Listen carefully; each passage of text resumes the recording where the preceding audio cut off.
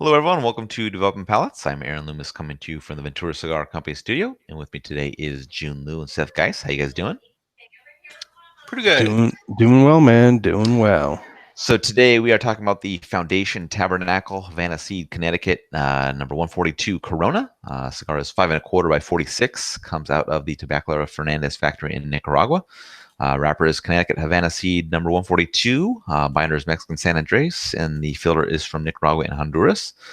Blended by Nicholas Malillo, and the price point is $9. The cigar was released in December of 2018. So with all that out of the way, June, what is your smoking experience like? Um, I like the cigar. I got like immediately off the first draw. I got a ton of this creamy milk chocolate, sweet cedar. Also got bread, fudge. There's this like dank earthiness, like a barnyard kind of aspect to it. In terms of spice, within the first third, it was like a accented white black pepper kind of a mix.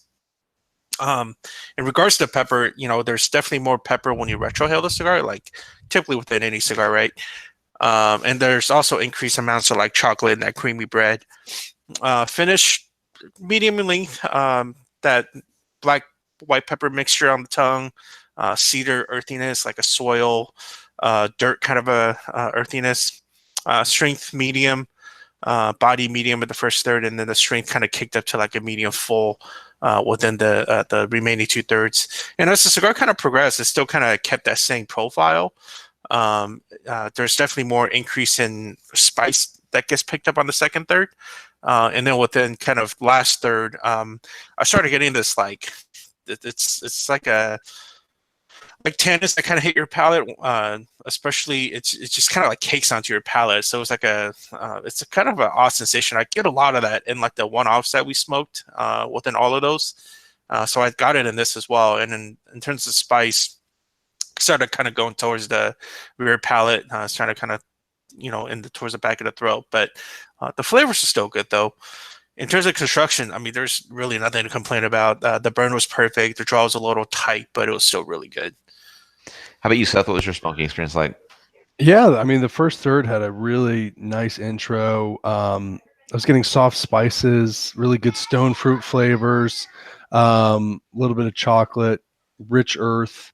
I was getting some red pepper, and I was also picking up like this really like slight creaminess to it, which kind of threw me for a loop. And it was smoking like at a medium full level. Getting into the second third, more spices, stone fruit, leather, this manure, rich earth quality, red pepper, still smoking at a medium full. Then the final third, still sweet spices, rich earth. It's getting more like dark cherries in this third, earth, and that creaminess aspect returned. Smoked at a medium full, just complex, very rich, you know, pronounced cigar, man. What about you? Yeah, for me, this cigar started with spice wood, which wasn't quite cedar, and it also had like a mushroom mustiness to it. About 3/4 of an inch, and that mushroom note became a little bit more intertwined with the wood and the baking spice, which were then showing as separate notes.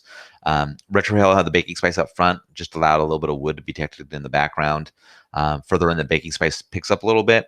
A little further in, baking spice mellows and the mushroom note increases. Retrohale was carrying an even mix of the wood, the baking spice, and the mushroom note. As the first surge wrapping up, wood gained a little bit of a toasted note. Baking spice mushroom note kind of still stayed their levels. Strength at the mild medium mark. Second third, toasted wood slightly turned into slightly charred wood. Baking spice mushroom note still continuing on. A little further in, the mushroom note transitioned to just kind of a general mustiness. And then about 3/4 of an inch in, the charred wood picked up. Baking spice lightened up. Mustiness was fairly faint. Retrohale was charred wood and mustiness. 1.25 inches, baking spice has left the profile. Mustiness increases a little bit. Charred wood still up front. Strength bumps up to slightly below medium. And then the final third, the mustiness increase becomes even with that charred wood. 3/4 of an inch in, a little bit of floral note joins in with the musty charred wood. Retrohale is carrying that same profile. And as the third's wrapping up, that floral note becomes a little bit more pronounced, but still kind of behind the musty charred wood note. And strength was still at that slightly below medium mark. In regards to construction, little wavy throughout. Ash held on through the first third and then held on again like 2.25 inch increments, so almost the rest of the way. And then in regards to the draw, it was just a little tighter than I prefer, but didn't really cause any issues with the smoking experience. So June, overall, what were your thoughts on this one? I liked it definitely more than you guys did, way more than you guys did. You know, I would definitely buy a box of these with my own money. I do want to smoke the other Vitolas first because before this went live, we were just talking about some of the other Vitolas. So after I smoke them, I definitely like to buy a box of these. And it's interesting because I'm typically not a fan of like heavier cigars, like especially the use of different kinds of broadleaf. But I thought this was really good. I thought that the flavors ranged from either like something that's really desserty and that creamy chocolate and the breadiness to having enough like spices like the white pepper, black pepper mixture, and I even got some cinnamon, intermingling in there. So it kept me engaged the whole time. Not that it takes much to keep me engaged within a Corona cigar, but this is a legit cigar, and I would gladly have more of this. All right, Seth, how about you? What were your overall thoughts? Yeah, I mean it's a really good flavor profile. It's a richer stick. I mean it's got a lot for a Corona. Some people just don't think that the smaller cigars do anything, but it just kind of proves that there's a lot going on with it. Really good strength and body. The construction was great. Nice draw throughout. So I really enjoyed the stick. Yeah, I mean, I dug it. I mean, that mushroom mustiness is very prevalent, and it was identifiable. It's not like in some Davidoffs you kind of get like hints of that mushroom mustiness, things like that. This was a lot more pronounced than that. And I like mushrooms, so I had no problem with that being in the flavor profile here. As the cigar progressed, baking spice drops out, wood gains a little bit of char, a little bit of floral note in the final third, which is a nice touch. Construction is really good.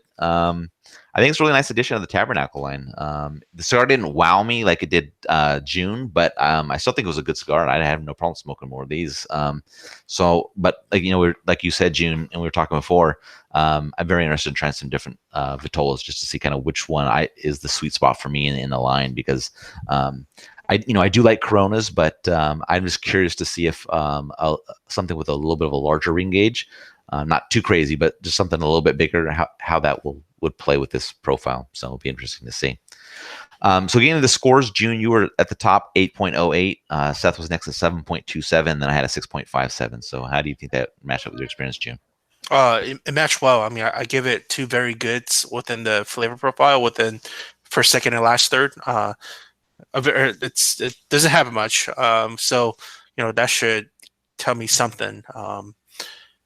So very good overall flavor profile, excellent construction coming out of AJ's factory, which is not a big surprise.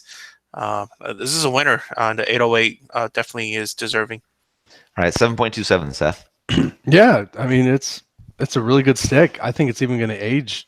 I think it's going to age well. I think it's going to settle down a little bit some. I smoked a couple of the other offerings, and it's just the Toro smokes really well. It's a little bit more subtle. Corona's more pronounced, especially with a wrapper, but it's really good stick. I look forward to smoking a lot more of them. What about you? Yeah, 6.57. I still think it's a good cigar, good flavor profile through the first two thirds. Final third dropped down a little bit. Really good construction. Definitely a cigar I'd smoke more of. So I think it's does well from our point of view. So, but yeah, like you said, I definitely want to try some other Vitolas just to kind of get a feel for what the different sizes do with the blend. Any other final thoughts from you guys on this cigar? I don't know if you guys know this. Within this wrapper that he's using, this Connecticut 142, is this like his proprietary wrapper, or what's the deal? Oh, yeah, it's the farm's like right across the river or road from like his little Connecticut. Oh, so he grew this himself?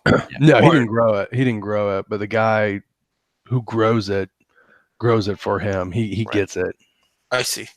No, I think what's neat about having a smaller ring gauge cigar such as this is you really get a sense of the quality of the wrapper, and I think this is pretty quality wrapper since it's so much more dominant than the thicker ring gauge cigar. So it's good. Yeah. All right, if you're just catching the video on YouTube, be sure to subscribe to us, but also check out the full written review on the website, developingpalates.com. Follow us on all social media channels, and you can catch all of our review recaps on podcasts, so iTunes, Google Play, and Podbean. Thank you for tuning in. We will catch you on the next one.